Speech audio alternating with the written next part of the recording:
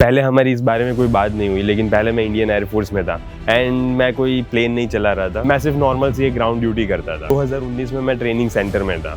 सो वहाँ पे ये सिचुएशन होती है कि जब भी हम जाते हैं तब पहले हम सबको गंजा कर दिया जाता है, सारे बाल निकाल देते हैं एंड ना ही आप बियर्ड रख सकते हो, ना ही आप मस्टैच रख सकते हो, आप कुछ भी नहीं रख सकते। मतलब समझ लीजिए कि सब कुछ क्लीन, बाल भी नहीं होंगे आपके, ना ही मूंछ होंगी, ना ही दाढ़ी होंगे।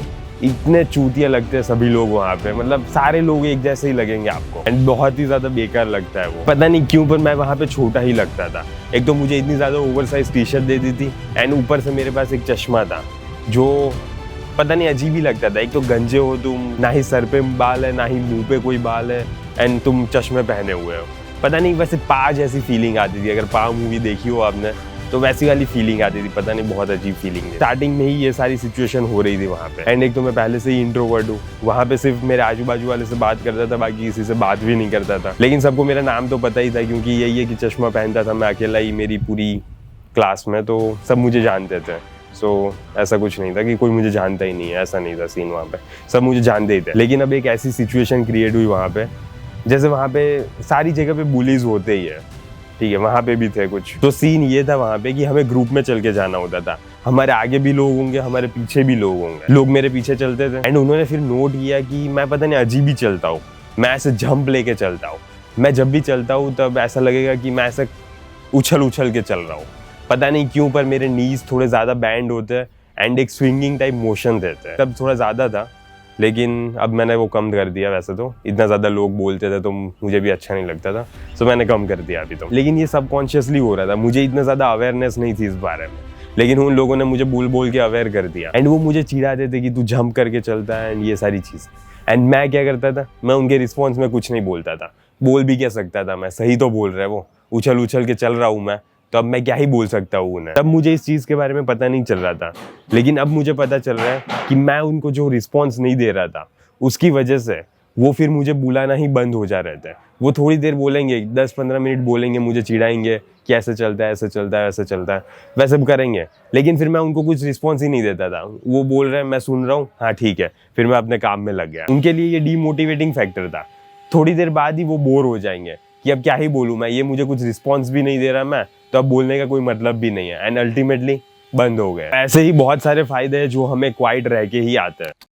जब भी कोई आपको चिढ़ाता है या कोई भी चीज कर रहा है आपके रिस्पॉन्स लेने के लिए एंड आप उसको रिस्पॉन्स बैक नहीं कर रहे, तो तब उनकी रियल में गांड जल जाती है, क्योंकि उनका मेन एम ही यही है कि तुम्हारी गांड जलाए वो।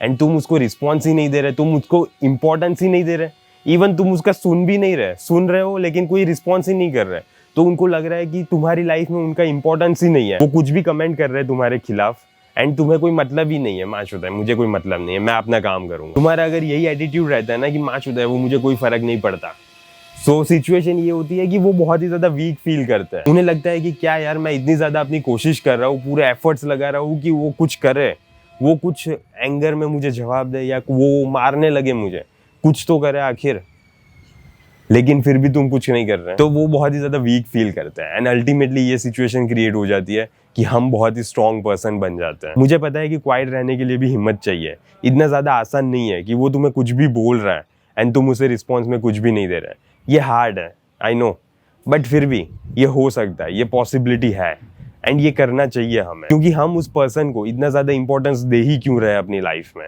कि हम उसको रिस्पॉन्ड कर रहे हैं।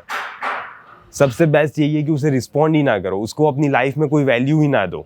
वो हमें कुछ भी बोल रहा है, हमें कोई मतलब नहीं है, we don't care. Silence speaks volumes in a world full of noise, it takes strength to embrace the quite.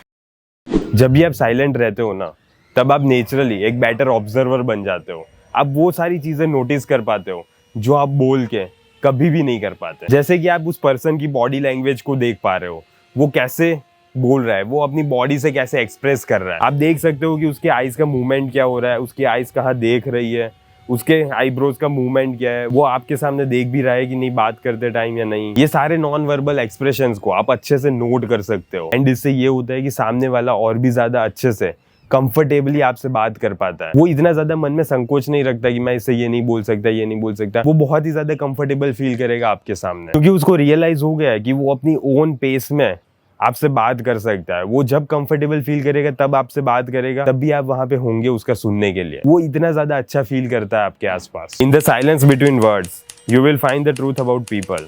Listen closely. Imagine करिए एक ऐसी धुआंधार कन्वर्सेशन हो रही है, मतलब गुस्से वाली कन्वर्सेशन हो रही है आपके और आपके लव्ड पार्टनर के बीच। एंड सोचिए कि आप दोनों कुछ भी बोल रहे हो। क्यों? क्योंकि बस आप दोनों को वो आर्ग्यूमेंट को जीतना है कि नहीं मैं जीतूंगी मैं जीतूंगी। एंड इसकी वजह से आप वो सारी चीजें बोल रहे हो जो आप लिटरली मीन भी नहीं करते, लेकिन जस्ट आपको जीतना है वो आर्ग्यूमेंट को। इस वजह से ही आप सिर्फ बोल दे रहे हो उसे। एंड फिर थोड़े टाइम बाद जब भी आप अच्छा फील करोगे तब आप रियलाइज करोगे कि यार मैंने ऐसा क्यों बोला, मैं तो ऐसा बोलना भी नहीं चाहता था, लेकिन पता नहीं कैसे मेरे मुंह से निकल गया ये सारी चीज़ है। एंड मैं लिटरली मीन भी नहीं करता। अब वो मेरे बारे में यही सोचेगी कि मैं सच में यही बोलना चाहता था। जस्ट एक चीज़ करनी थी आपको उस टाइम पे, आपको क्वाइट रहना था, आपको कुछ भी बोलना नहीं था। क्योंकि जब भी हम गुस्से में होते हैं ना, तब हम कुछ भी बोलते हैं। हमारा मेन इंटेंशन वही होता है कि उस सिचुएशन में हमें जीतना है। हमें तब कोई भी फर्क नहीं पड़ता कि हमारे सामने वाला क्या सोचेगा। हम तब फुल ही ईगो में होते हैं। हमारा मेन इंटेंशन सिर्फ जीतना है। तो हम हमारी पूरी कोशिश करते हैं कि उसे बुरा लगे, वो सारी चीजें बोलो। जब भी कोई दो पर्सन के बीच में ऐसी कोई टेंस सिचुएशन क्रिएट होती है, तब सबसे बेस्ट ऑप्शन यही होता है कि साइलेंट रहा जाए। थोड़े टाइम तक हम कुछ भी ना बोले एंड हम बस शांत रहें। हमारा मेन फोकस यही होना चाहिए कि हम जल्दी से जल्दी रिलैक्स हो जाए। एंड फिर आपको सोचना है कि एग्जैक्टली हमें क्या करना है। उससे पहले जब भी आप गुस्से में हो तब हमें कोई भी डिसीजन नहीं लेना एंड कुछ भी नहीं बोलना। सबसे बेस्ट ऑप्शन यही है। Words are like arrows, once released they can not be called back. पता है सबसे बेस्ट चीज क्या होती है? जब हम क्वाइट रहते हैं तब हम हमारे सामने वाले पर्सन का 100% सुन रहे हैं, फुल्ली अटेंटिव है हम उसकी बातों में। एंड वो उसके लिए सबसे बड़ा गिफ्ट है। सारे पर्सन को सबसे अच्छा वही लगता है कि वो अपनी स्टोरीज बता पाए, वो उनकी लाइफ में जो भी हुआ है वो किसी पर्सन को बता पाए। एंड जब आप पेशेंटली हो वहां पे सुनने के लिए, तब वो बहुत ही ज्यादा अच्छा फील करते हैं आपके आसपास रहने का। उनको लगेगा कि आप उनके रियल में बेस्ट फ्रेंड हो, क्योंकि आप उनकी पेशेंटली बात सुन रहे हो। इससे आपके रिलेशन भी नेक्स्ट लेवल पे पहुंच जाता है। The greatest gift you can give someone is the purity of your attention.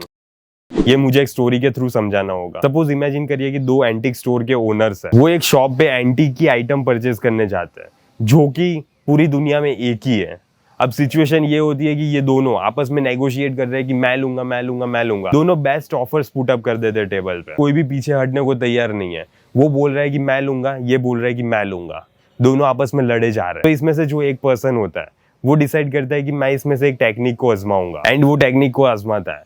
वो उस आर्टिफैक्ट को कॉन्स्टेंटली देखे ही जा रहा है। वो वहां पे इसको बोले ही जा रहा है, लेकिन ये पर्सन की आंखें सीधी वो आर्टिफैक्ट के ऊपर ही।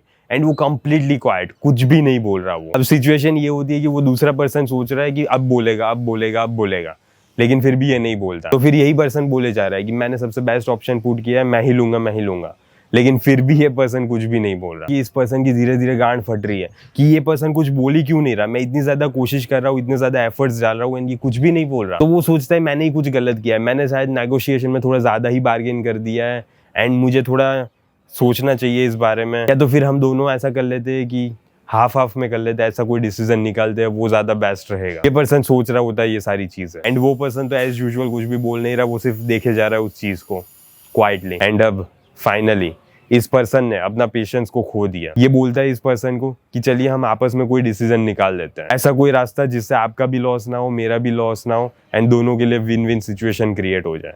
सो ये सुन के ही वो थोड़ी स्माइल करता है एंड फिर दोनों आपस में डिसाइड कर लेते हैं कि क्या करना है। इस स्टोरी के थ्रू मैं ये बताना चाहता हूँ कि साइलेंस एक ऐसा डिस्कम्फर्ट क्रिएट करता है जो कि दूसरे पर्सन को बोलने के लिए मजबूर कर ही देता है। एंड इसकी वजह से फाइनली कंसेशन या कॉम्प्रोमाइज हो ही जाता है उस सिचुएशन में, एंड वो पर्सन की जीत हो जाती है जो क्वाइट रहता है। बिकॉज इसमें दूसरे पर्सन को हो ही जाएगा कि मुझे ये साइलेंस को ब्रेक करना पड़ेगा, मुझे पता नहीं बहुत ही ज्यादा अजीब फीलिंग आ रही है, मुझे कुछ तो बोलना ही पड़ेगा, ये क्या हो रहा है मुझे समझ ही नहीं आ रहा। ऐसी सिचुएशन वो फील करता है एंड इसकी वजह से वो बोलता है, एंड फिर फाइनली विन विन सिचुएशन दोनों के लिए अराइज हो जाती है। इन negotiation silence isn't empty, it's a powerful tactic that speaks volumes. Finally मैं ऐसी आशा कर रहा हूँ कि आप अगली बार इतना ज्यादा बकबक करने की बजाय चुप रहना ज्यादा प्रीफर करोगे।